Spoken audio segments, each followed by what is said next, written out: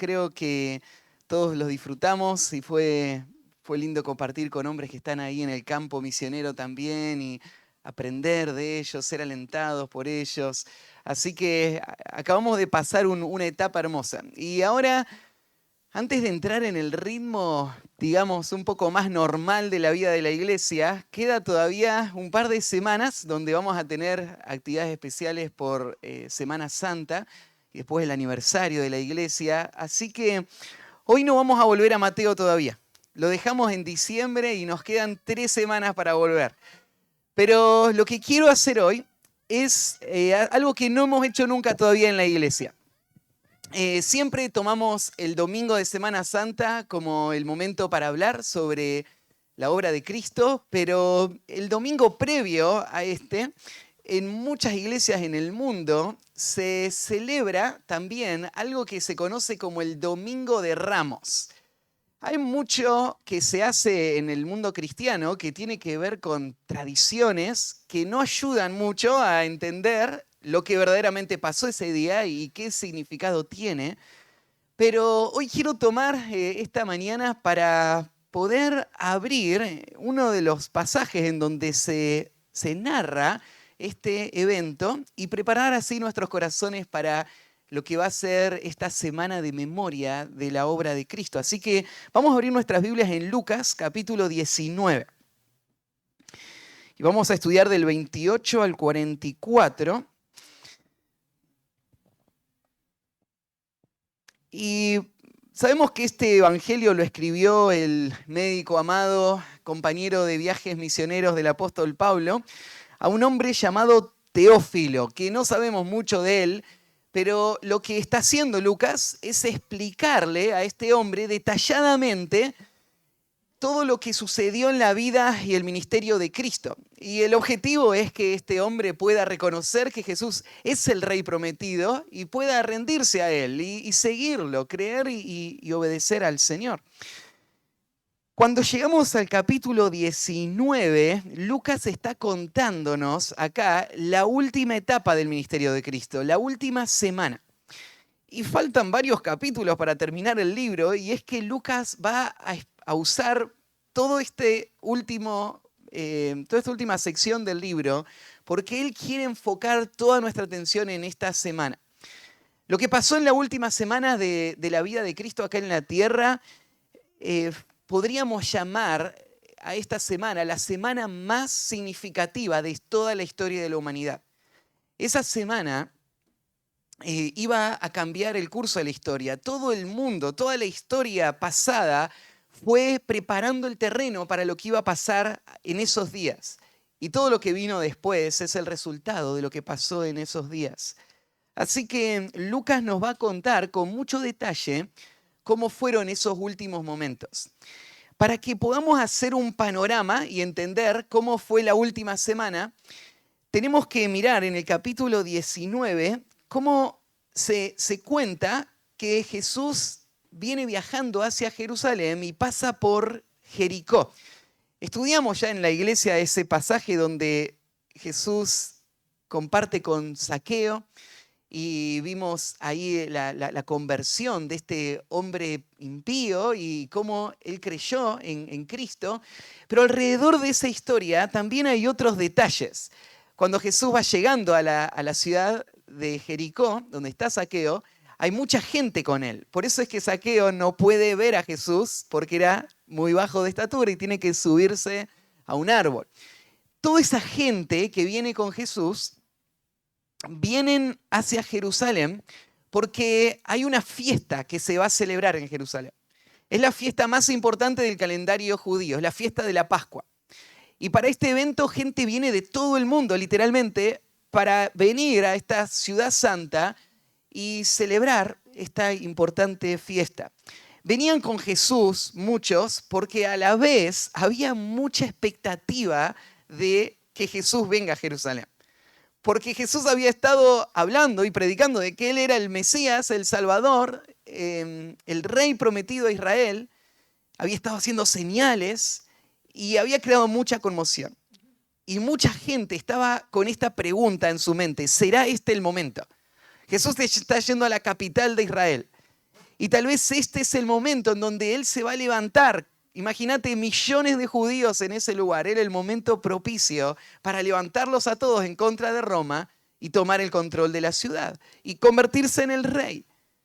Y muchos de los que venían con Jesús estaban ansiosos de ver que eso pasara.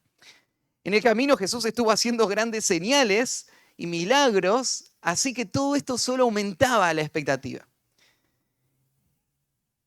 En el camino de Jericó a Jerusalén, Jesús pasó por una pequeña aldea llamada Betania y dice ahí en Juan capítulo 12, solo a modo de referencia, que fue 6 días antes de la Pascua. La Pascua iba a celebrarse el día viernes, 6 días antes es el sábado. Así que el día sábado Jesús llega a Betania y se hospeda en la casa de sus amigos María, Marta y Lázaro. Jesús había resucitado a Lázaro, así que mucha gente está asombrada de ver a Lázaro. Y solo la vida de Lázaro crea mucha más expectativa. Hay más, ahí en Juan 12 se dice que había los enemigos de Jesús querían matarlo a Lázaro. Porque el hecho de que él esté vivo era un testimonio irrefutable de que Jesús era un hombre sobrenatural que hacía señales, porque este hombre estaba muerto y ahora vive. Así que en la ciudad, en el pequeño pueblito de Betania, ellos se quedaron esa noche y al día siguiente, si tomamos los relatos y los comparamos, no está relatado acá en Lucas, se levantaron ahí en Betania mismo y cuenta que mucha gente de Jerusalén vino hasta Betania para estar ahí con Jesús también. Y Jesús pasó el día domingo aparentemente ahí en Betania. Si esto es así, entonces lo que vamos a leer hoy, que se conoce como la entrada triunfal de Jesús a Jerusalén, que es lo que se celebra hoy, el Domingo de Ramos, en realidad no sucedió un domingo, sino un lunes, que coincide mejor con varios de los detalles que van a seguir desarrollándose el resto de la semana. Entonces, lo que probablemente pasó en realidad fue que Jesús el domingo estuvo en Betania y el lunes fue que, vamos a estudiar esta mañana, sucede lo que se narra del versículo 28 al 44. Cuando termina ese día tremendo, donde Jesús va a entrar y conmocionar a toda la ciudad, Jesús se vuelve a Betania a dormir esa noche allá. El día martes, Él vuelve a Jerusalén y entra al templo y se va a narrar en el versículo 45 lo que Jesús va a hacer ahí con ese momento de volver a limpiar el templo. Después Jesús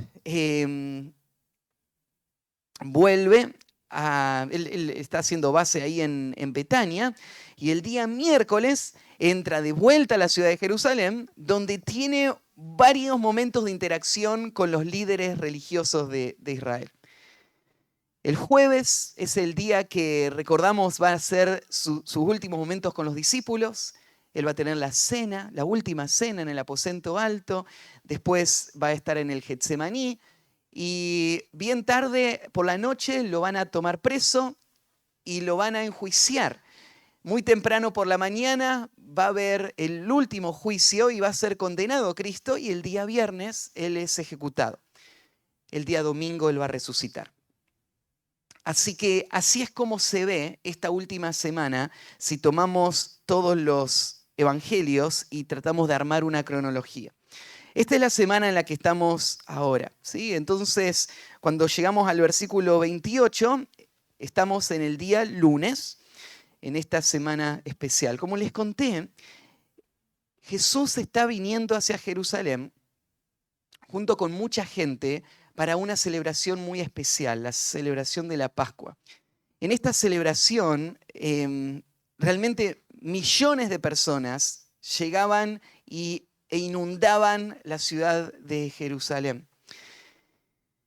Este momento era muy especial porque se recordaba en la Pascua el momento cuando Dios había librado a Israel de Egipto. Y se había sacrificado ese cordero para que su sangre se ponga en el dintel de la puerta y entonces el ángel de la muerte pase por alto y no mate a los primogénitos. Y esa noche fue la última noche de esclavitud. Después de la muerte de ese cordero, lo que vino después fue la libertad de la nación. Y cuando Israel celebraba la Pascua, en el ambiente se generaba mucha expectativa. Porque había recuerdos de lo que Dios había hecho con Egipto, pero también había expectativa de lo que Dios iba a hacer con ellos como nación, porque había muchas promesas que Dios había hecho de una liberación final. La Pascua de Egipto era solamente una sombra de una liberación mucho más importante para la nación de Israel. Así que ellos tenían en mente esta escena, lo que estaban por celebrar. El cordero que iba a morir y que iba a limpiar o que iba a hacer el camino para salvarles de sus pecados y de la ira de Dios que iba a traer la destrucción. Así que la situación, el momento, las personas que estaban ahí reunidas, todo preparó el telón de fondo para lo que se va a leer en este pasaje. Déjenme leerlo y vamos a estudiar hoy. El título de esta mañana es La entrada triunfal del Rey. Y vamos a ver no solamente un evento histórico, sino que queremos entender el propósito que Dios tuvo para este evento. Este evento histórico es un testimonio más del gobierno soberano que Dios tiene sobre toda la historia humana. Porque este día del que vamos a leer fue predicho varias veces a través de los siglos con sumo detalle. Muchos hoy dicen que pueden saber el futuro. Pero cada uno de los que hablan del futuro en formas tan generales y tan ambiguas que sería imposible corroborar que alguien realmente conoce el futuro. Cuando la Biblia habla del futuro en una forma única. No hay otro libro en el mundo que hable de las profecías como lo hace la Biblia. Muchas de las profecías bíblicas tienen que ver con la vida de Jesús, con su nacimiento, su vida, su muerte y su resurrección. Este día va a ser uno de esos testimonios de cómo Dios controla y dirige toda la historia. Porque este día fue profetizado varias veces en el Antiguo Testamento. Por ejemplo, se había dicho que el Mesías iba a entrar a la ciudad de Jerusalén en una forma victoriosa. Se había dicho que el Mesías iba a entrar a la ciudad de Jerusalén montado en un pequeño burrito. Y se había dicho que iba a entrar en Jerusalén montado en un pequeño burrito en una fecha exacta, con el día marcado en el calendario de cuando el Mesías iba a entrar a esa ciudad de esta manera. Esa clase de predicción no podría imitarse en el mundo entero, porque nadie en el mundo conoce el futuro más que Dios, que es el dueño de la historia. Él escribió la historia y Él la está cumpliendo de acuerdo a su voluntad soberana. Entonces, en esta historia vamos a aprender de ese propósito eterno de Dios de traer al Salvador y de respaldarlo con un testimonio irrefutable de que Él es el Mesías para poder salvar a su pueblo y a la vez condenar a los que se resistan. Así que vamos a leer el pasaje ahora y después vamos a comentar los detalles. Versículo 28. Dicho esto, iba adelante subiendo a Jerusalén. Y aconteció que llegando cerca de Betfagé y de Betania, al monte que se llama de los Olivos, envió 2 de sus discípulos, diciendo: Id a la aldea de enfrente, y al entrar en ella hallaréis un pollino atado, en el cual ningún hombre ha montado jamás. Desatadlo y traedlo. Y si alguien os preguntare, ¿por qué lo desatáis? Le responderéis así, porque el Señor lo necesita. Fueron los que habían sido enviados y hallaron como les dijo. Y cuando le desataban el pollino, sus dueños les dijeron, ¿por qué desatáis el pollino? Ellos dijeron, porque el Señor lo necesita. Y lo trajeron a Jesús, y habiendo echado sus mantos sobre el pollino, subieron a Jesús encima. Y a su paso tendían sus mantos por el camino. Cuando llegaban ya cerca de la bajada del Monte de los Olivos, toda la multitud de los discípulos, gozándose, comenzó a alabar a Dios a grandes voces por todas las maravillas que habían visto, diciendo, bendito el Rey que viene en el nombre del Señor, paz en el cielo y gloria en las alturas. Entonces, algunos de los fariseos de entre la multitud le dijeron, Maestro, reprende a tus discípulos. Él respondiendo les dijo, os digo que si estos callaran, las piedras clamarán.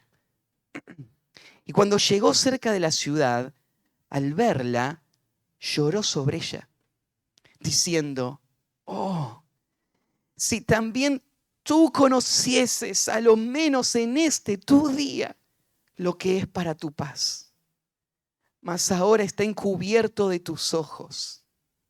Porque vendrán días sobre ti cuando tus enemigos te rodearán con vallado y te sitiarán y por todas partes te estrecharán y te derribarán a tierra y a tus hijos dentro de ti y no dejarán en ti piedra sobre piedra por cuanto no conociste el tiempo de tu visitación.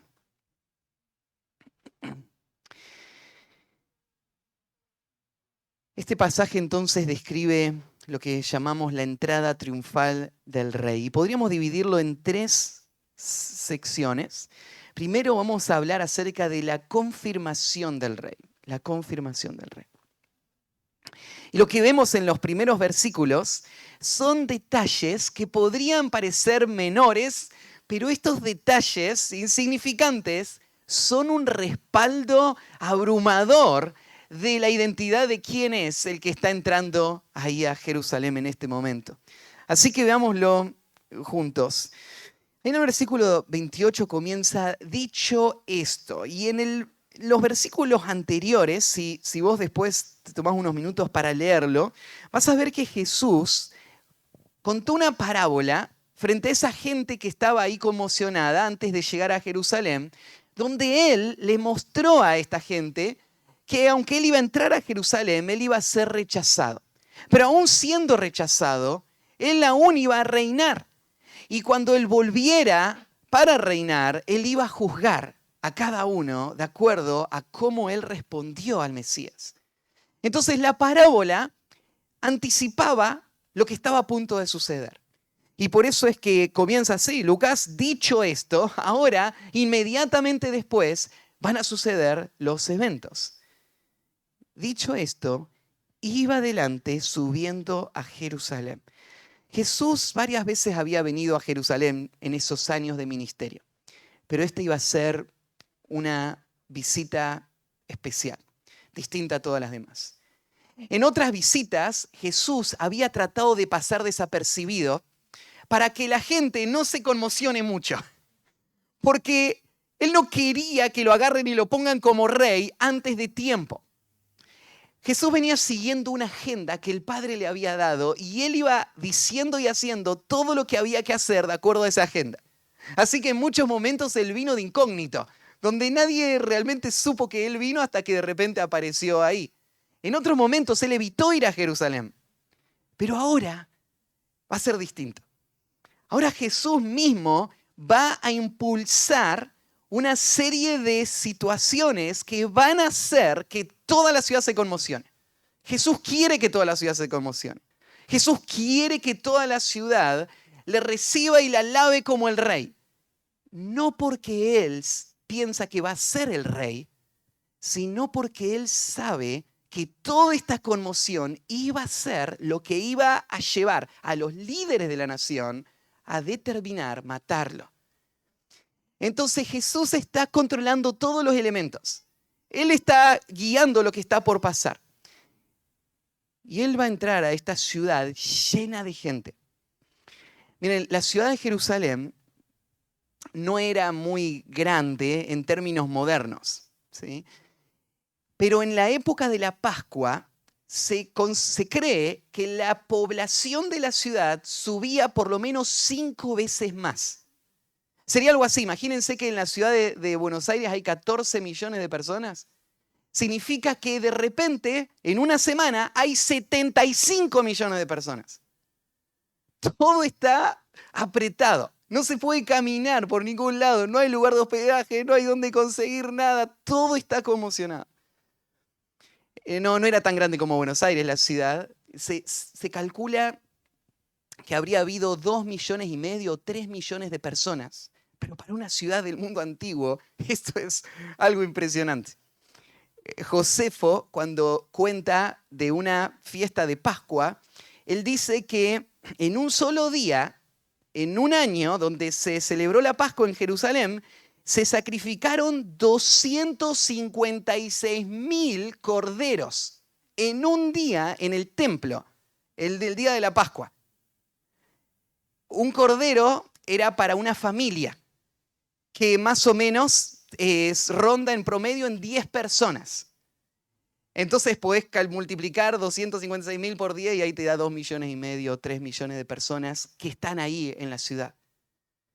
Imagínate la cantidad de esos corderos sacrificados, el río de sangre que generaba, que salía del templo y corría hacia el arroyo del Cedrón, ¿no es cierto? Y al lado del Monte de los Olivos. Era una fiesta sin precedentes, sin igual en todas las que Israel celebraba. Dice en el versículo 29 que aconteció que llegando cerca de Betfagé y de Betania, al monte que se llama de los Olivos, envió 2 de sus discípulos. Entonces Jesús está yendo hacia Jerusalén, pero antes de entrar hay cerca de Jerusalén 2 aldeas. Menciona Betfagé y Betania. Betfagé significa casa de higos. Y las 2 aldeas, si uno las googlea, las puede ver hacia el este de la ciudad de Jerusalén, justo en la dirección donde está el Monte de los Olivos. Entonces, si vos estabas en la ciudad de Jerusalén, si vos salías por la puerta del este, justo enfrente del templo, se veía el monte y no se veía nada más atrás del monte. Pero atrás de ese monte estaban estas 2 pequeñas aldeas. Para llegar a Jerusalén, entonces había que salir, caminar, subir el monte y hacer la cuesta hacia abajo y entrar por el este a Jerusalén. Y Jesús llega, está cruzando por esta aldea. Es la aldea que está al frente de Betania, o sea, es la aldea de Betfagé, a donde Él va a mandar a estos 2 discípulos. Menciona antes este monte, el Monte de los Olivos. Este es un monte muy importante. No porque sea muy grande, si vos lo mirás, es apenas una pequeña loma. Pero este monte, esta pequeña loma, tiene mucha trascendencia en la historia de Israel. Muchas cosas muy importantes tienen que ver con el Monte de los Olivos. Nosotros nos acordamos porque a Jesús le gustaba ir al Monte de los Olivos con sus discípulos cuando querían tener un poco de tranquilidad y tener tiempo a solas y compartir, o cuando Él estuvo angustiado y se fue esa última noche. El Monte de los Olivos era un lugar favorito donde iba Jesús, ahí en las afueras. Pero el Monte de los Olivos tiene mucha trascendencia mesiánica también, porque las profecías del Antiguo Testamento hablan de que cuando el Mesías llegue a tomar el control de Israel, este va a ser el camino que Él va a tomar. Él va a entrar a Jerusalén por el lado este. Él va a cruzar por el Monte de los Olivos y va a entrar por la puerta oriental y va a tomar el lugar ahí en el trono. Claro que cuando describe el profeta cómo va a ser ese momento, dice que cuando el Mesías ponga el pie sobre el Monte de los Olivos, se va a partir por la mitad el Monte de los Olivos. Y se va a crear un valle enfrente del monte. Y Él va a entrar directo hacia la ciudad de Jerusalén. Pero Lucas está describiendo esta escena. Jesús está llegando desde el este hacia la ciudad y va a cruzar por ese monte. Y hay algo que él tiene que hacer antes de ese momento. Siempre él llegó caminando a la ciudad de Jerusalén, pero esta vez no. Él quiere entrar en un pollino, que es un burrito más pequeño. ¿Sí? Estaba, como vamos a ver la descripción ahora, iban a encontrar a la mamá con el pollino pequeño y Jesús quiere entrar en pollino. Esto que Jesús planea y que va a guiar no es casualidad. Si miramos en la historia de Israel, tanto David como Salomón, el día de su coronación como reyes, ellos entraron al lugar de la coronación sobre pollinos, sobre burros. El burro hoy no lo reconocemos como un gran medio de transporte, ¿no? Pero en el mundo antiguo se tomaba como algo muy, muy preciado. Y era común que reyes se suban en burros para entrar a las ciudades. Claro, vos te acordás que también era común ver a reyes sobre caballos, pero son dos cuadros distintos. Cuando el rey viene en el caballo es la imagen de un guerrero que está peleando en la batalla y en un burro no te podés desenvolver muy bien en la batalla, ¿no? Pero cuando el rey está en tiempos de paz y él va a entrar a la ciudad, el burro es el animal que eligen y no el caballo blanco. Si vos mirás, Jesús un día, él va a venir como un rey conquistador y un general en Apocalipsis 19 montando en un caballo. Pero acá él va a entrar a la ciudad de Jerusalén, no en un caballo, él va a entrar en un burro. Y no solo entra en un burro porque esto era lo que reyes hacían. Él va a entrar en un burro porque esto es lo que había sido predicho por los profetas. Miren, si pueden, busquen ahí en Zacarías, capítulo 9, versículo 9. Está ahí al final del Antiguo Testamento, anteúltimo libro del Antiguo Testamento.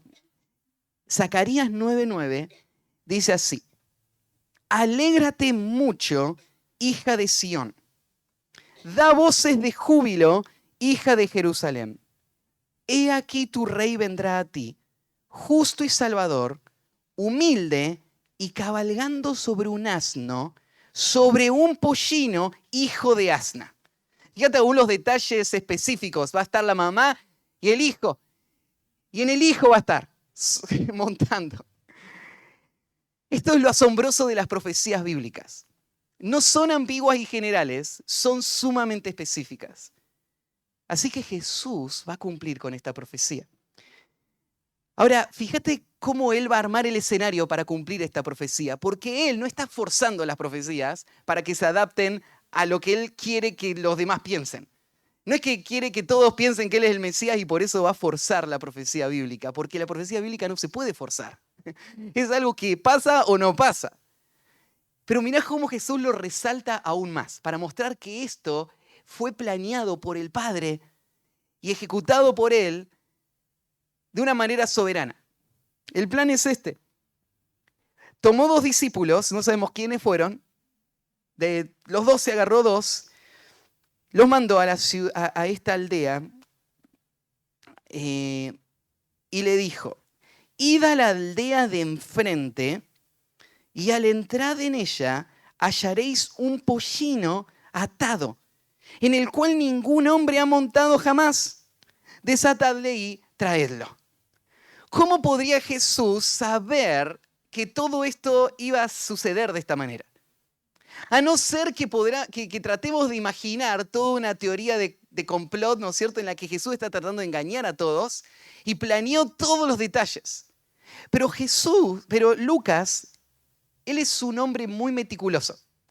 Él ha investigado todo esto. Y él nos va a contar esta historia no como Jesús habiendo hecho muchas cosas detrás del telón, sino como Jesús sabiendo cada detalle de lo que estaba pasando.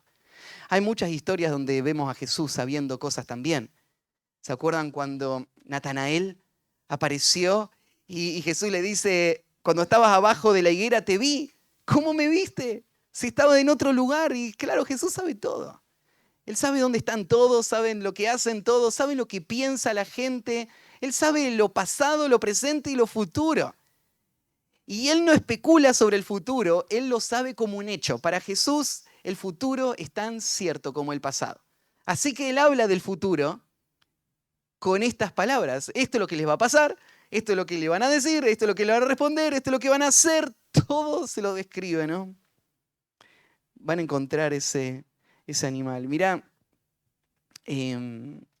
van a ir a esa aldea. Y si alguien os preguntare, dice el versículo 31, ¿por qué lo desatáis?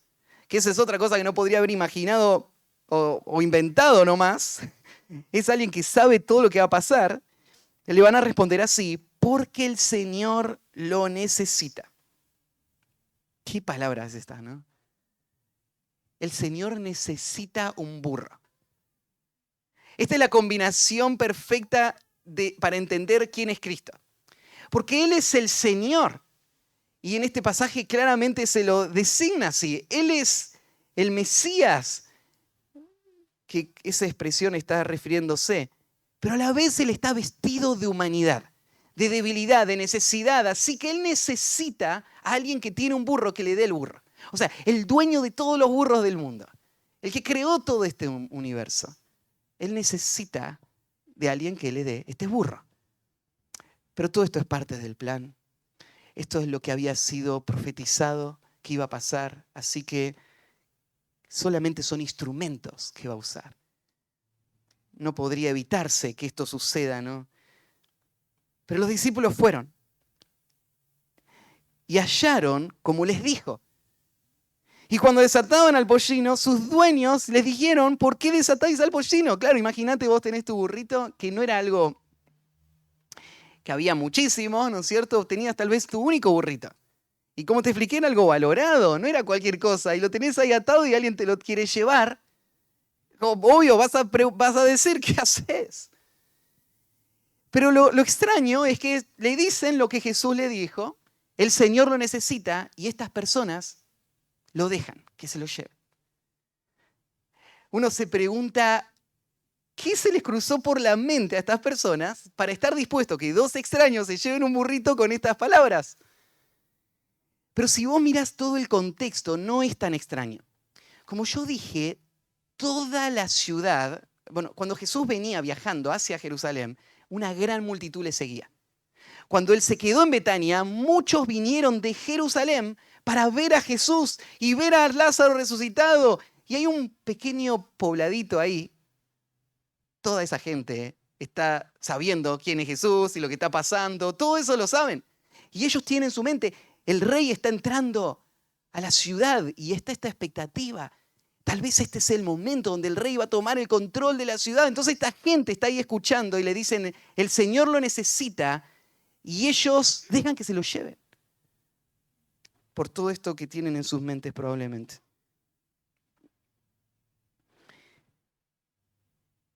Versículo 35. Dice, y lo trajeron a Jesús, y habiendo echado sus mantos sobre el pollino, subieron a Jesús encima. Así que ahora Jesús tiene ya el pollino, tal como había sido profetizado. Y Él está cumpliendo esta profecía. Mateo, en el pasaje que narra estos mismos eventos, agrega este comentario. Dice en Mateo 21:4, todo esto aconteció para que se cumpliese lo dicho por el profeta cuando dijo, decida la hija de Sión, he aquí, tu rey viene a ti, manso y sentado sobre una asna, sobre un pollino, hijo de animal de carga. Mateo te resalta eso. Todo esto pasó para que se cumpla. ¿Y por qué Dios quería que se cumpla? O sea, si Dios es soberano y controla todo, ¿por qué Dios, por qué es necesario que Él se lo diga a la gente y que la gente se dé cuenta de que Él está controlando todo? Bueno, lo que Dios está haciendo es dando un testimonio de que Jesús, este hombre que va a entrar a la ciudad, es verdaderamente el Mesías.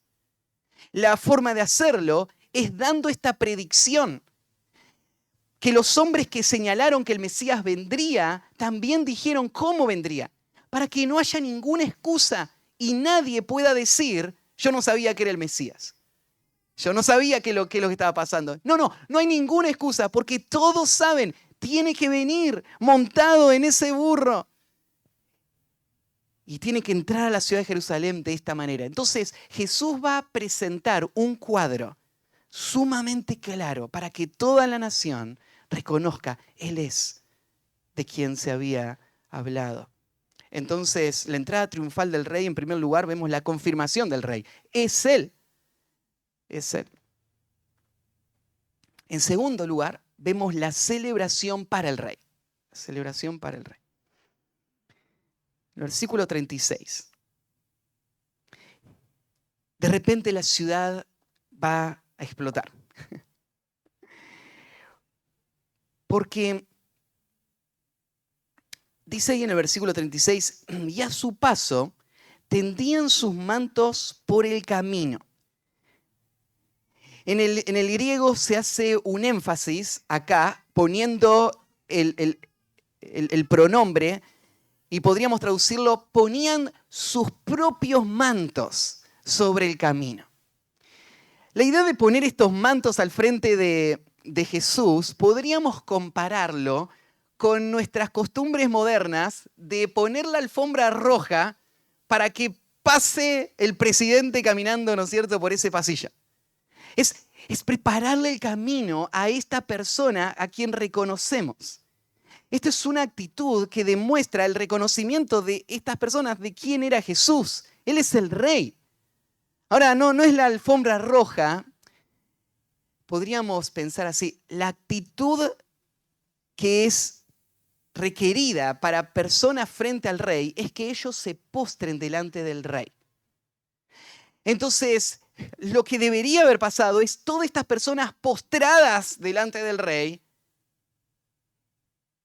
y el rey por encima de todas estas personas postradas delante de él, estas personas inclinadas.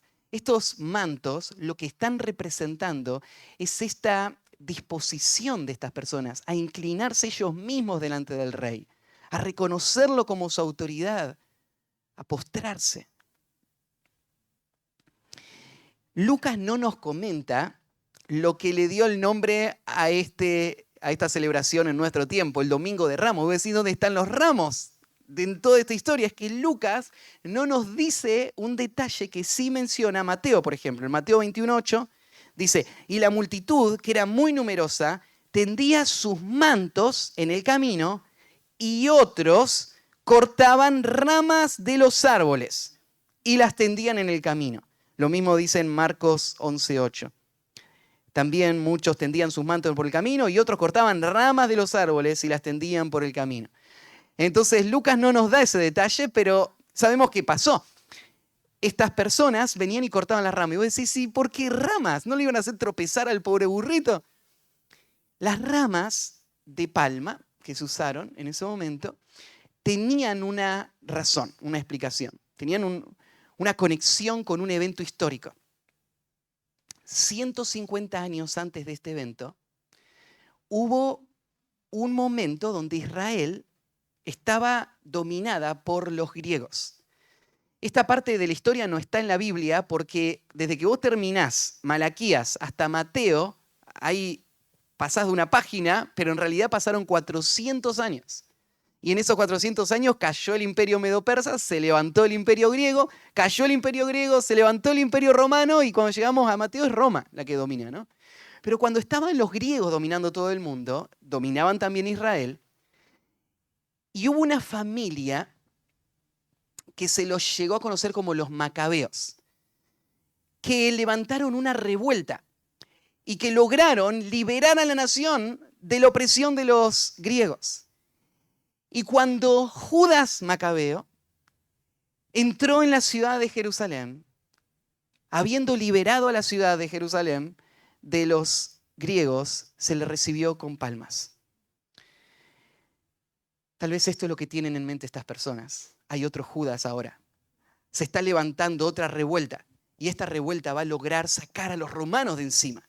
Y vamos de nuevo a tener libertad. Fíjate, Israel en todo momento tenía una visión muy estrecha de lo que era la liberación que ellos necesitaban. Ellos no veían el plano completo. Ellos veían solo sus circunstancias, ellos veían a Roma dominándoles y eso es lo que querían, que el Mesías les alivie, que el Mesías cambie sus circunstancias. Y no somos así también. Muchas veces nuestra visión es tan corta al no ver todo lo que Dios está haciendo en su plan de redención. Y pensamos que salvación es Dios cambiando nuestras circunstancias. Pero Jesús, Él viene como rey. Israel le está recibiendo como rey, pero no entiende la clase de rey que Él es. Así que el versículo 37 dice, y cuando llegaban ya cerca de la bajada del Monte de los Olivos, toda la multitud de los discípulos, gozándose, comenzó a alabar a Dios a grandes voces. Esta es la imagen. Vienen del este y dijimos, hay una loma, está el Monte de los Olivos. Y la gente de Jerusalén no ve lo que está pasando del otro lado. Pero Jesús ya viene en el pollino caminando, le están poniendo las mantas delante. Y de repente, en medio de esa tarde, cuando suben la cresta por arriba del Monte de los Olivos, si vos hubieses estado caminando ahí, el sol te está pegando de espalda y vos estás viendo el sol golpeando esa ciudad preciosa de Jerusalén, donde Herodes había hecho de ese templo algo majestuoso y la veías brillar como una ciudad majestuosa.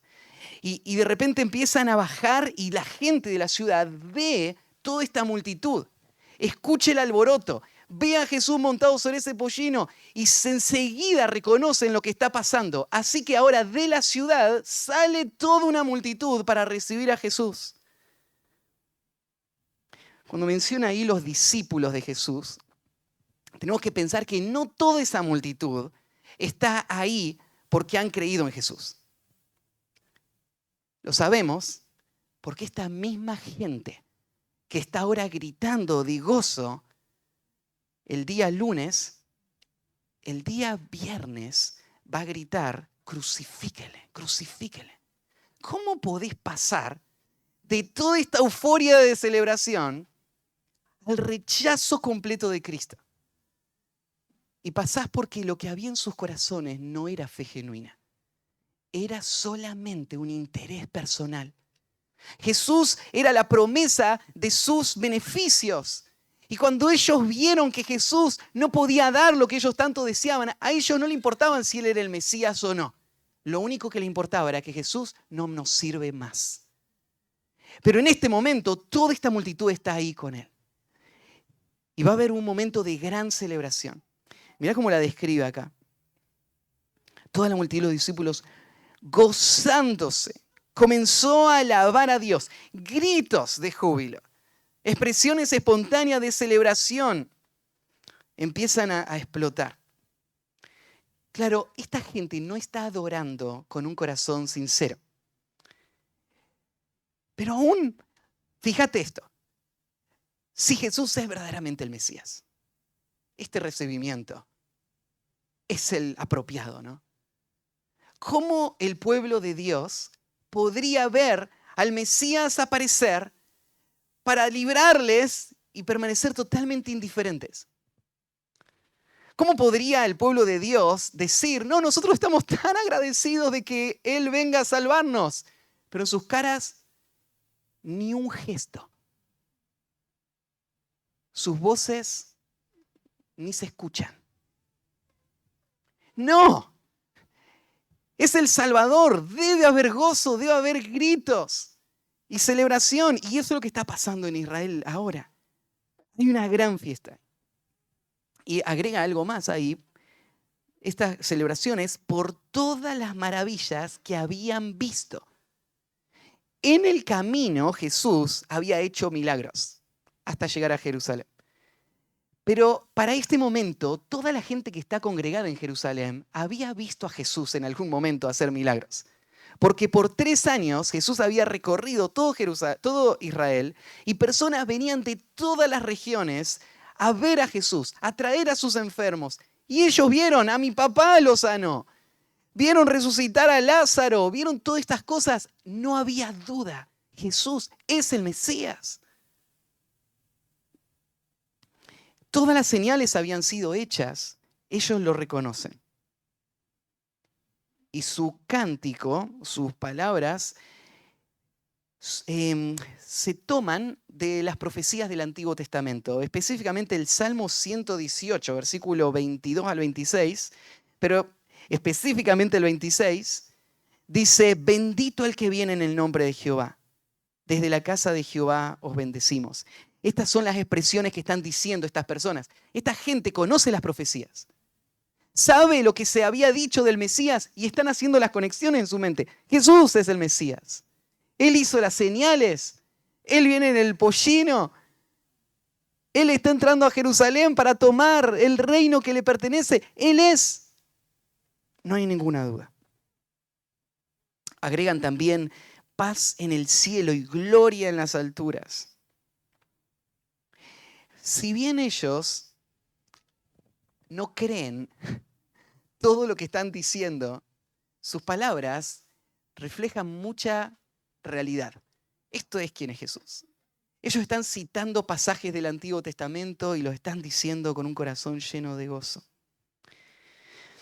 Mateo nos agrega un detalle que Lucas tampoco nos da, y es que en ese cántico ellos usaban una palabrita, la palabra Hosana al Hijo de David. En Mateo 21:9, Hosana al Hijo de David, bendito el que viene en el nombre del Señor, Hosana en las alturas. Esa palabrita Hosana la podríamos traducir sálvanos o algo así. En lo que nos describe Mateo es que en medio de todos esos gritos, esa era la expresión de sus corazones. Sálvanos, sálvanos. Y ellos estaban esperando un Salvador. Pero como decía, no entendían la clase de Salvador que Jesús era. No todo era alegría. En el versículo 39 nos dice que algunos fariseos de entre la multitud dijeron, Maestro, reprende a tus discípulos. ¿Por qué los iba a retar? Bueno, los fariseos saben lo que esta gente está diciendo. Esta gente está diciendo que Jesús es el Mesías, es Dios encarnado, es el Salvador de todo el mundo, y los fariseos ya habían concluido que Jesús no es el Mesías, o al menos no querían que esto se divulgue. Y entonces ellos estaban diciendo, Jesús, evita que la gente te diga eso. ¿Cómo te van a decir que Jesús, que vos sos el Mesías? Esto es una locura lo que está pasando acá. Frená toda esta euforia. Ahora, si Jesús no sería el Mesías, lo que él debería haber hecho en ese momento es lo que Pablo hizo cuando la gente lo empezó a alabar como era si fuese a ser un Dios. Hubiese dicho, no, tranquilos. Yo soy un mensajero de Dios, pero no piensen que soy Dios o nada de eso, ¿no? Ese era el momento para decirlo. Pero lo que Jesús va a decir después no va a retractar las palabras de la multitud, sino que las va a confirmar. Sí soy el Mesías, y está bien que ellos lo digan, y todos deben reconocerlo. ¿Por qué los fariseos tenían tanto miedo de que la gente se ponga eufórica y alabe a Jesús como el Mesías? Bueno, es que los fariseos, por su lado, ellos ya habían decidido matar a Jesús porque era una amenaza para ellos. Ellos sabían que si Jesús reinaba, ellos perdían el poder. Y ellos querían el poder. Ellos querían ser tenidos como los líderes de la nación y no querían rendirle eso a Cristo. Jesús ya los había expuesto como hipócritas, que solamente fingían espiritualidad, pero que no tenían un deseo de honrar a Dios, no se querían inclinar a la voluntad de Dios. Así que estos hombres no querían que se divulgue esto. Tal vez pensaban, si los romanos ven todo este circo, todo lo que está pasando, van a pensar que es una revuelta. Y si vienen los romanos, vamos a sufrir todos. Así que mantengámonos callados. Pero Jesús les va a decir, os digo que si estos callaran, las piedras clamarían. Si estos callaran, las piedras clamarían. Mira, la realidad de quién es Jesús no puede ser silenciada. Los líderes se pueden poner en contra. El mundo se puede poner en contra. Todo Israel puede decidir, no vamos a recibir al Mesías. Vamos a decidir que Él no es el Mesías y no vamos a aceptarlo, no vamos a alabarle. Pero si nadie recibiría al Mesías, entonces, ¿qué va a pasar? ¿Se va a arruinar el plan? No, dice Jesús. Las piedras van a clamar. Porque la creación entera lo reconoce. Él es el Mesías y tal vez lo que está haciendo Jesús es una referencia a lo que va a decir más adelante, la destrucción que va a venir sobre Israel cuando ellos rechacen al Mesías. Y las piedras destruidas de una ciudad gloriosa que fue destruida como el juicio de Dios por rechazar al Mesías, esas piedras iban a decir, Jesús es el Mesías. Nadie puede resistir la verdad. Él es quien dijo ser. Las piedras van a gritar. Entonces vemos la confirmación del rey, vemos la celebración, una celebración que no es perfecta, ves con corazones que son que están buscando un rey distinto y que no son sinceros en su adoración, pero están celebrando. Y en tercer lugar vamos a ver el juicio del rey. El juicio del rey. El versículo 41 parece un portazo en la nariz. Parece algo totalmente inesperado. Un contraste radical, porque toda la ciudad celebra y festeja. Y cuando llegó cerca de la ciudad, al verla, lloró sobre ella. Todos festejando y Jesús llorando.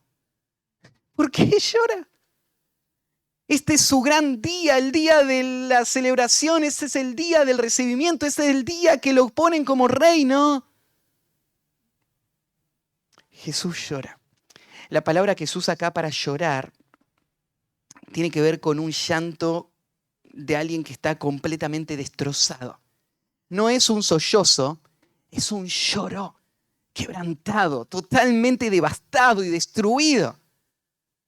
Es el llanto, por ejemplo, que se describe cuando en Marcos 5:38 dice que vino a la casa del principal de la sinagoga y vio el alboroto y a los que lloraban y lamentaban mucho por el que había muerto recién. Como si estaría delante de un féretro. Jesús solamente 2 veces se dice que lloró. Una fue delante de Lázaro, su amigo, que había muerto, y esta sería la segunda. ¿Por qué Jesús está llorando? Es que Jesús ve todo el alboroto y todas las sonrisas y toda la celebración, pero Él ve más allá. Él ve los corazones de estas personas. Él ve esa ciudad gloriosa y esa vista asombrosa, ¿no es cierto?, de ese atardecer y esa ciudad refulgente. Pero Él ve el futuro. Él sabe lo que está por pasar. ¿Y cómo no llorar? Si Él ama a este pueblo. Si son las ovejas. Si es la nación que ha recibido las promesas. ¿Cómo no llorar? Este llanto de Jesús frente a Jerusalén nos recuerda el llanto de Jeremías, que se le conoce como el profeta llorón, por cómo él pasó su vida y su ministerio llorando todo el tiempo por una nación rebelde, que no escucha y que por eso es destruida por Dios. Y ahí en Jeremías 9:1, por ejemplo, mira, dice, oh, si mi cabeza se hiciese aguas, y mis ojos fuesen de lágrimas, para que llore día y noche los muertos de la hija de mi pueblo. O sea, Jeremías dice, no me alcanzan los ojos para llorar. Si toda mi cabeza fuese a hacer agua solamente, no serían suficientes lágrimas para expresar la angustia de mi corazón. Esta es la angustia que Jesús siente frente a Jerusalén. Una angustia profunda. ¿Y por qué siente esta angustia? Bueno, Ezequiel 33:11 dice así. Diles, vivo yo, dice Jehová el Señor, que no quiero la muerte del impío, sino que se vuelva el impío de su camino y que viva.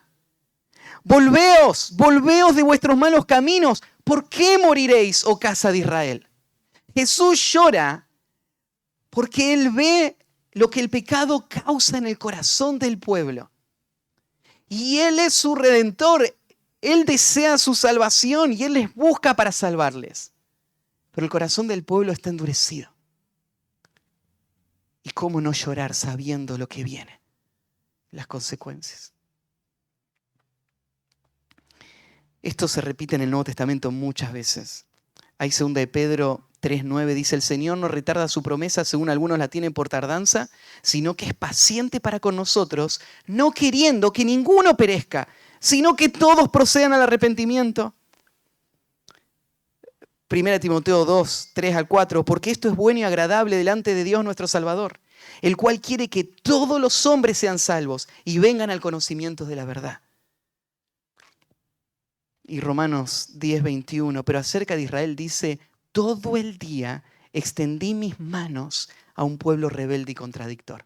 ¿Ves esa tensión? Dios extendiendo las manos y el pueblo rechazando, oponiéndose a Dios, atacando al que es su única esperanza y su Salvador. Ese es el corazón de Dios. El corazón de Dios no es un corazón indiferente, indistinto, distante. Es un corazón compasivo, cercano. Y acá está Jesús. Él sabe que la nación le va a rechazar. Pero no solamente tenemos las lágrimas de Jesús, sino que tenemos ahora las palabras de Jesús. Porque Jesús va a expresar en sus palabras lo que está en su corazón al llorar. ¿Y qué hay en el corazón? ¿Qué está pensando Jesús ahora que está llorando? Mira esta expresión.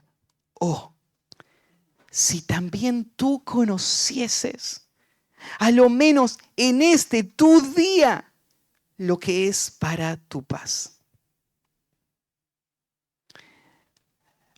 Lo que él ve es una nación endurecida. No describe él a una nación ignorante, porque dice, la próxima expresión dice, mas ahora está encubierto de tus ojos. Y uno podría tomar de esto, pobre Israel, no lo supo, no se enteró que estaba el Mesías.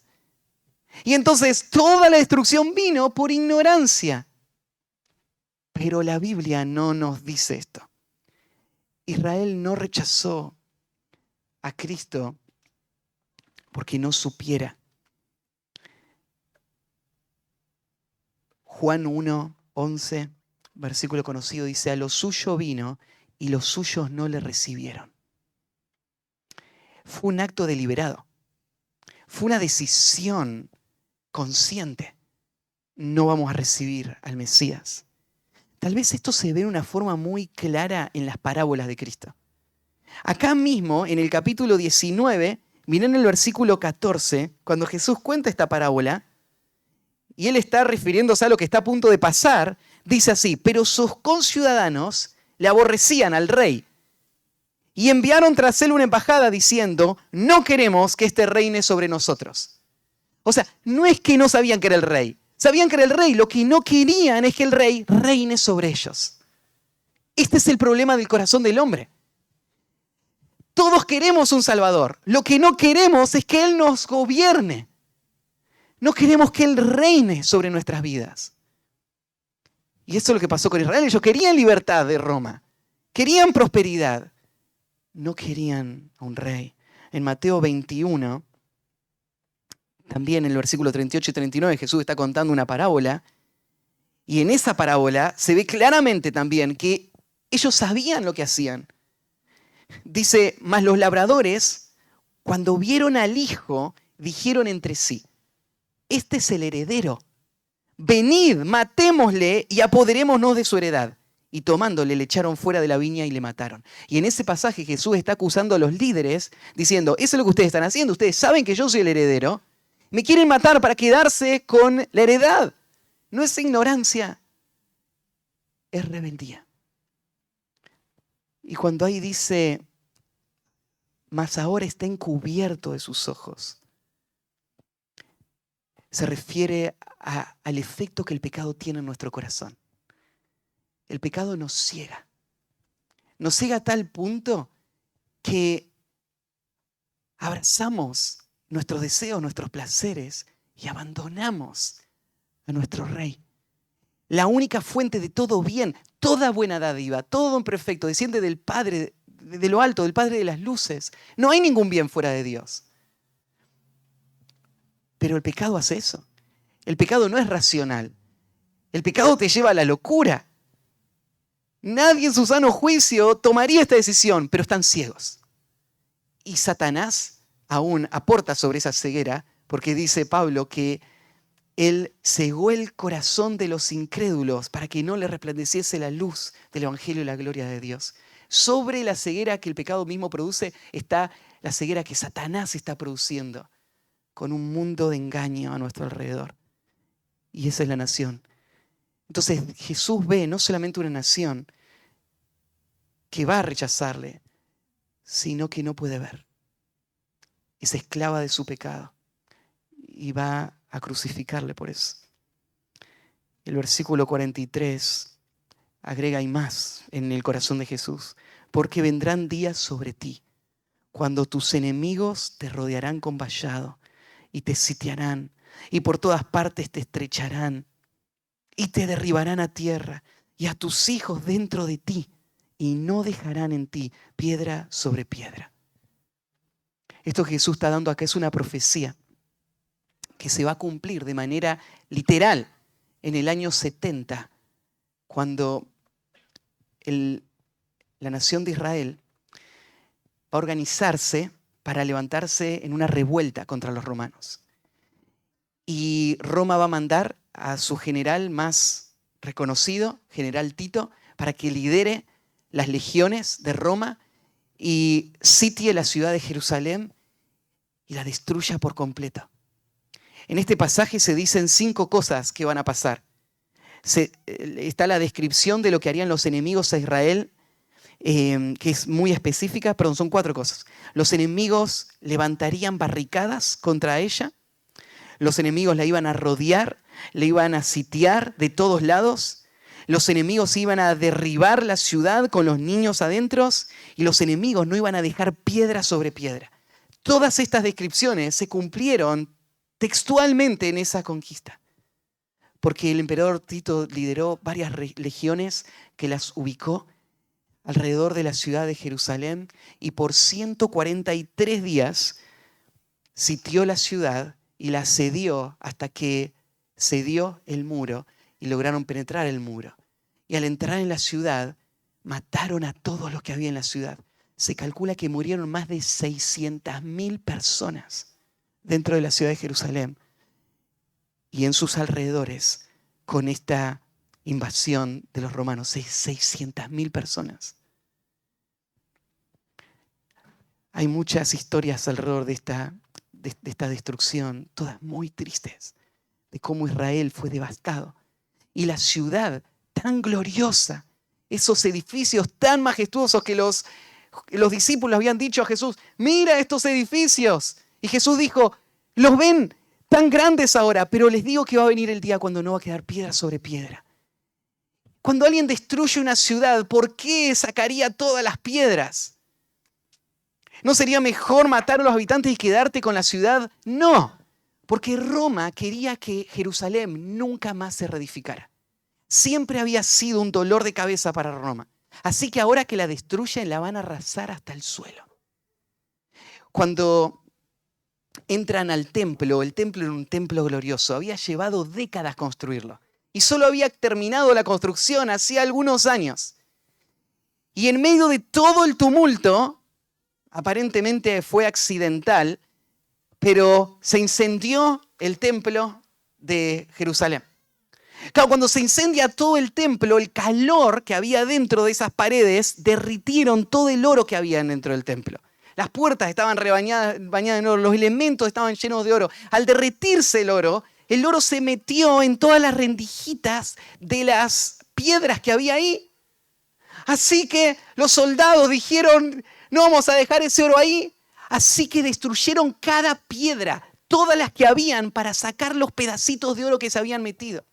Y no quedó literalmente piedra sobre piedra en toda esa región. Algo que hubiese sido imposible predecir si no fuera por alguien que gobierna sobre el futuro. Y Jesús sabe que eso va a pasar. ¿Y por qué va a pasar esto? Al final, la última expresión.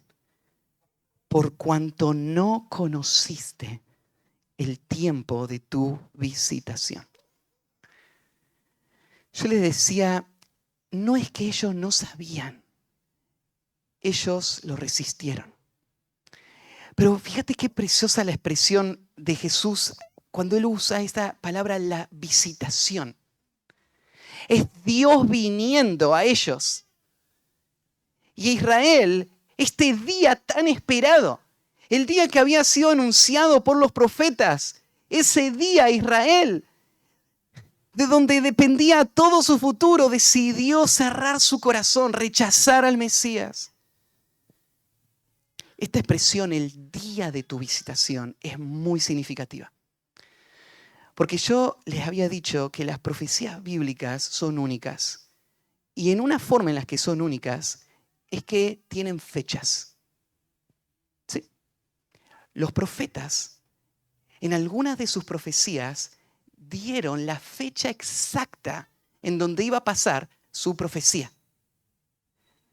No es como el calendario maya, ¿no es cierto?, donde aparecen algunas cosas así bastante generales, ¿no es cierto?, y entonces llega el año 2000 y dice, no, acá se termina todo el mundo porque los mayas lo predijeron. Lo asombroso sería que los mayas hubiesen puesto una fecha y una descripción exacta y detallada de lo que iba a pasar en esa fecha. Eso no hay en todo el mundo, ni una sola profecía en todo el mundo es así. ¿Sí? Acompáñame a Daniel, capítulo 9, versículo 24. Más de 500 años antes, en un lugar muy distante a Jerusalén, hay un hombre que es amado por Dios. Él está esperando en las promesas de Dios. Daniel, capítulo 9, versículo 24.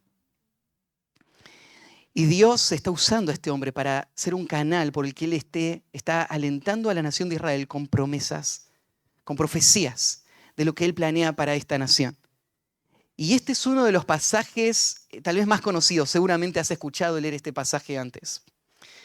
Pero quiero conectártelo acá porque en una de las profecías que se le da a Daniel, estas son las palabras. 70 semanas, en el hebreo, la expresión semana, ahí en realidad no habla de días, es simplemente el término 7. Entonces, 70 sietes están determinados sobre tu pueblo y sobre tu santa ciudad para terminar la prevaricación y poner fin al pecado y expiar la iniquidad, para traer la justicia perdurable y sellar la visión y la profecía y ungir al santo de los santos. Sabe pues y entiende que desde la salida de la orden para restaurar y edificar a Jerusalén hasta el Mesías príncipe habrá 7 semanas y 62 semanas. Se volverá a edificar la plaza y el muro en tiempos angustiosos. Y después de las 62 semanas se quitará la vida al Mesías, mas no por sí. Y el pueblo de un príncipe que ha de venir destruirá la ciudad y el santuario. Y su fin será con inundación y hasta el fin de la guerra durarán las devastaciones. Esto no fue escrito después de los eventos. Esto fue escrito 500 años antes de los eventos. Y tenemos manuscritos previos a la vida de Cristo con estas palabras. Lo que el profeta Daniel, lo que se le dice al profeta Daniel, es que Dios tiene una agenda para la nación de Israel, la nación étnica, los judíos, los que ves ahí en 11, esos judíos, Dios tiene un plan para ellos. Dios les hizo promesas a ellos y Él no va a retratarse de esas promesas. Y Dios lo que estableció es que, tenés que entender esto del contexto, Daniel estaba en Babilonia. La ciudad de Jerusalén había sido arrasada por Nabucodonosor. Y Israel estaba en disciplina. 70 años iba a tener que pasar en Babilonia en cautiverio. Y Daniel estaba allá todavía. Pero en esta profecía lo que se dice es que va a salir una orden que va a volver a enviar a los judíos para que reedifiquen el santuario y la ciudad de Jerusalén. Y lo que dice la profecía es que desde el día que esa orden se dicte, iban a pasar 7 semanas, 7 sietes y 62 sietes. O sea, en total son 69 sietes. Estos sietes no son 7 días, son 7 años.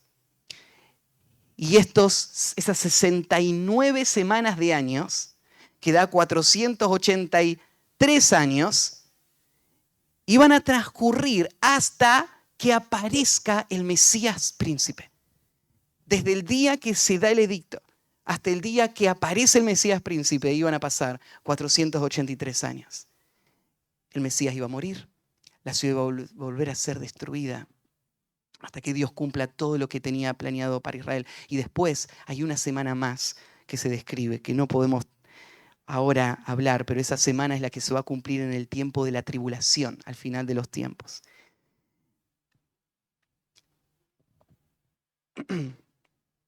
Los historiadores nos ayudan a entender cómo funcionan los calendarios antiguos, que no seguían el mismo sistema que nosotros tenemos, ¿no? Nosotros usamos un sistema gregoriano, se llama, de calendario, que no existía en aquel tiempo. Entonces se contaban los días distintos, los meses en relación al calendario lunar. Entonces hay algunas variaciones en cuanto pero los años son años siempre, ¿no? Hay variaciones en cuanto a los días, pero se nombraban los meses distintos y se contaban los meses distintos en aquella época. El día que Jesús entró en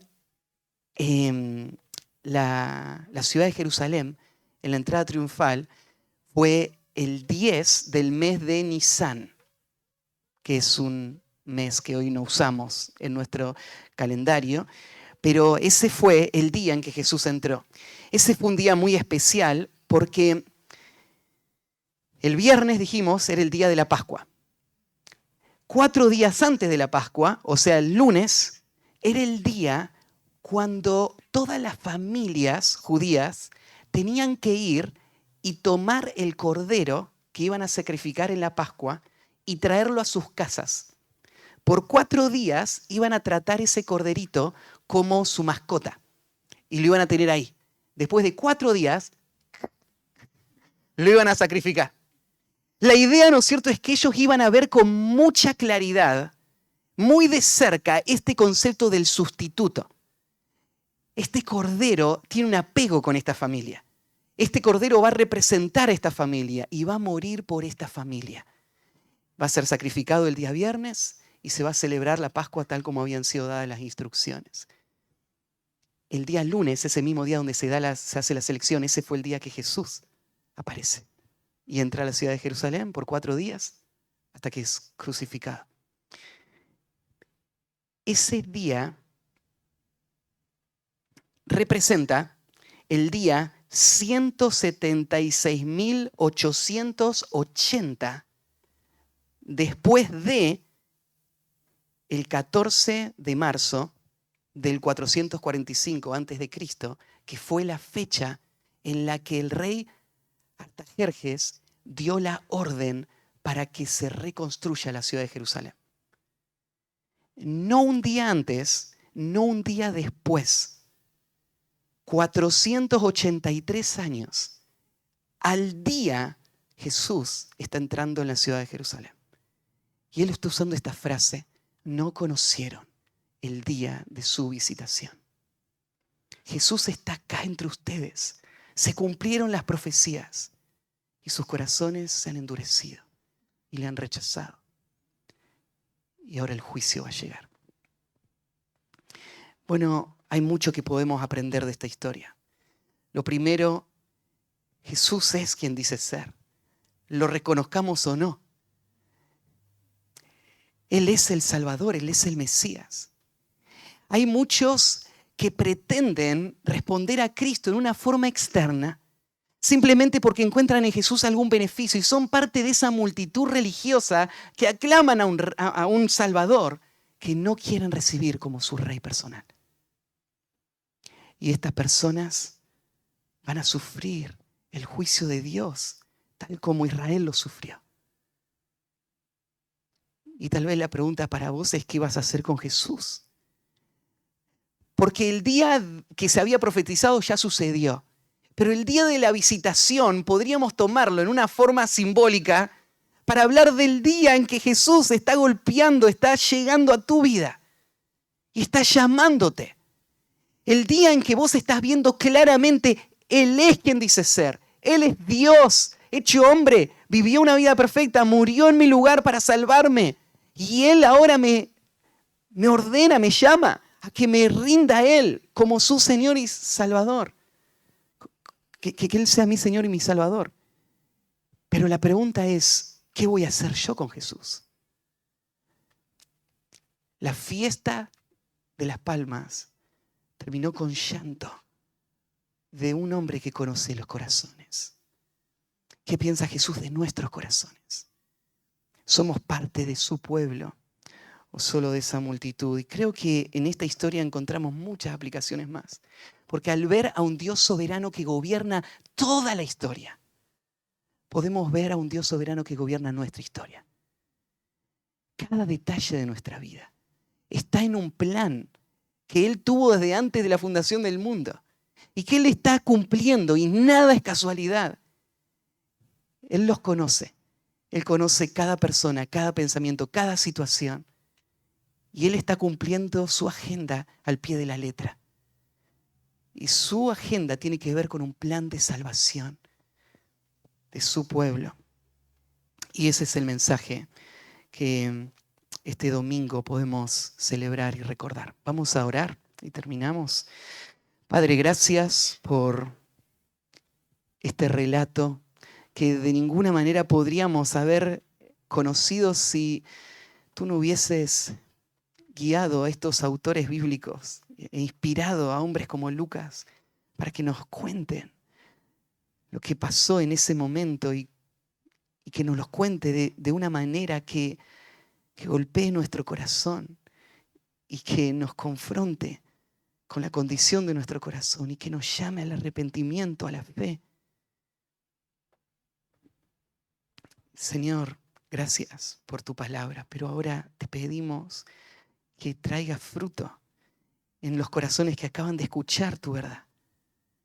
Quebranta los corazones endurecidos, abre los ojos de los que están enceguecidos por el pecado y muéstrales la gloria de Dios en la faz de Jesucristo, para que se rindan a Él y no sea solamente una emoción superficial movida por una masa de gente que está de una forma egoísta buscando ayuda, sino que sea una rendición completa, real, al Rey. Haz esto en nuestros corazones, Señor, y pon en nuestra vida tal convicción de quién eres tú, que no tengamos temor a un mundo que no controlamos, sino que podamos confiar en un Dios soberano que dirige todas las cosas y que está cumpliendo sus propósitos y su agenda sigue al día. Nada cambió de tu plan eterno. Tú eres soberano sobre todo y nosotros te amamos y nos rendimos a ti y te encomendamos nuestras vidas a ti. En el nombre de Cristo Jesús. Amén.